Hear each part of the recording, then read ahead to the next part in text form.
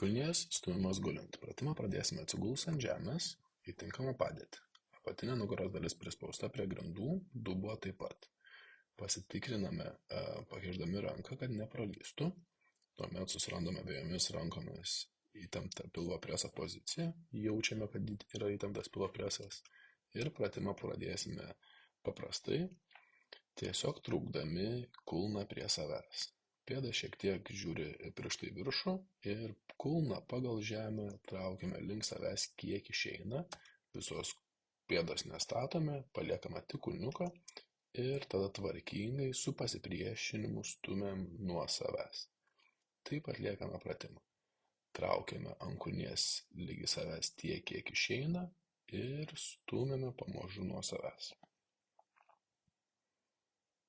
Viso pratimo metu liečiasi prie žemės tik kulną ir įtraukiant pritrauksime tiek, kiek išeina. Svarbu nepasisverti per daug į kitą pusę, neatkelti sėdmenų ar nugaros, kad pratimas būtų atliekamas teisingai.